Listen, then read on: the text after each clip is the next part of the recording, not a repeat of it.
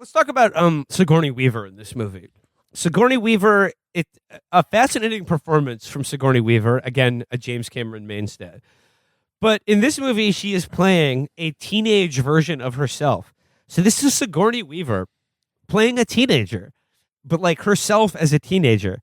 And she does a different voice and everything. And I don't know. I just thought it was a very interesting performance. But we also are given hints that the sort of the Jesus Christ of Awa.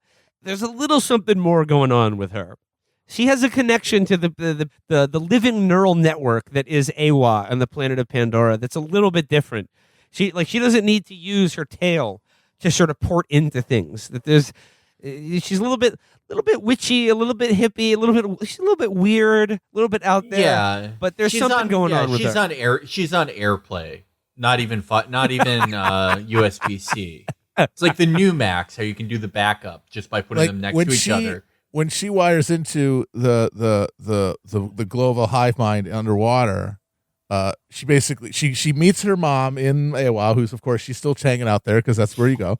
But then she has a seizure. She gets overloaded basically. Like that's how she has a different brain. And then Norm, remember Norm? We all love Norm. He's the human who still has an avatar and stayed with them.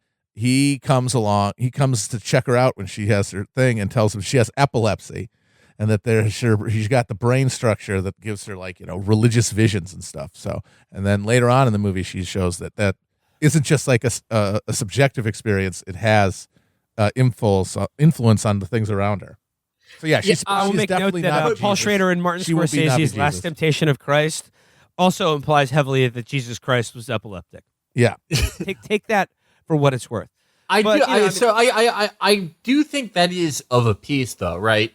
Sigourney Weaver's character being reborn as a teenager, but now with these religious connotations and this sort of holistic connection to the spirit neural network, but also Quadrich and his Marines and their rebirth.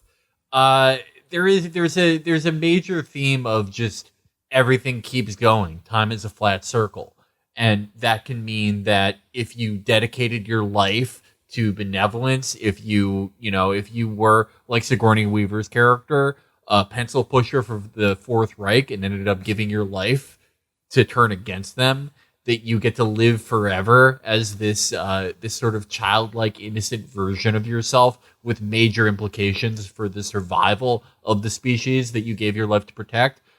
But also, if you're Quadrich, and if you are these Fourth Reich stormtroopers, you are forever condemned to be a Nazi, to just have your conscience recycled into new Nazi bodies and new Nazi missions and committing new atrocities forever and ever and ever.